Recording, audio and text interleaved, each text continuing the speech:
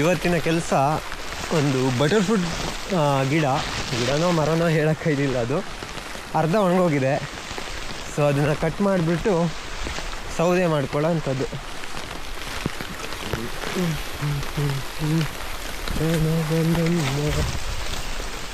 So ನೋಡ್ಬೋದು ಇಲ್ಲಿ ಇದಿಷ್ಟು ಒಣಗೋಗಿದೆ. ಒಣಗೋಗಿರೋ ಪಾರ್ಟ್ನ ಕಡಿಬೇಕು.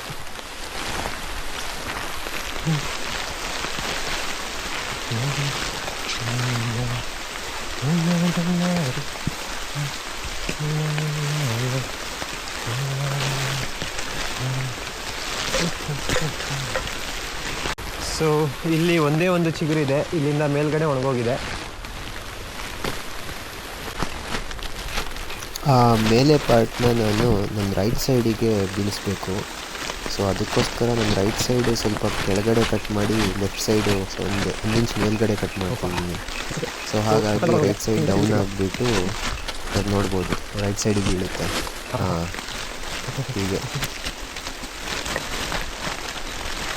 ನೀವಿಲ್ಲಿ ಅಬ್ಸರ್ವ್ ಮಾಡ್ಬೋದು. ನಾನು ಕತ್ತಿನ ಚೇಂಜ್ ಮಾಡಿದೆ. ದಪ್ಪ ಇರೋ ಕೊಂಬೆನ ಕಡಿಲಿಕ್ಕೆ ಯೂಸ್ ಮಾಡೋದು, ಚಿಕ್ಕ ಕತ್ತಿನ ಚಿಕ್ಕ ಇರೋ ಕೊಂಬೆನ ಸವರಲಿಕ್ಕೆ ಯೂಸ್ ಮಾಡ್ತಿದ್ದೀನಿ. ಸೊ ಚಿಕ್ಕ ಇರೋ ಕೊಂಬೆನ ಆರಾಮಾಗಿ ಕಡಿಬೋದು ಇದರಲ್ಲಿ.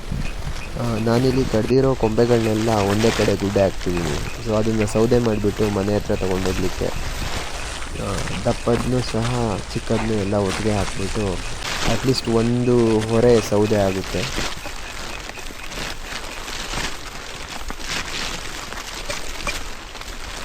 ಬಾ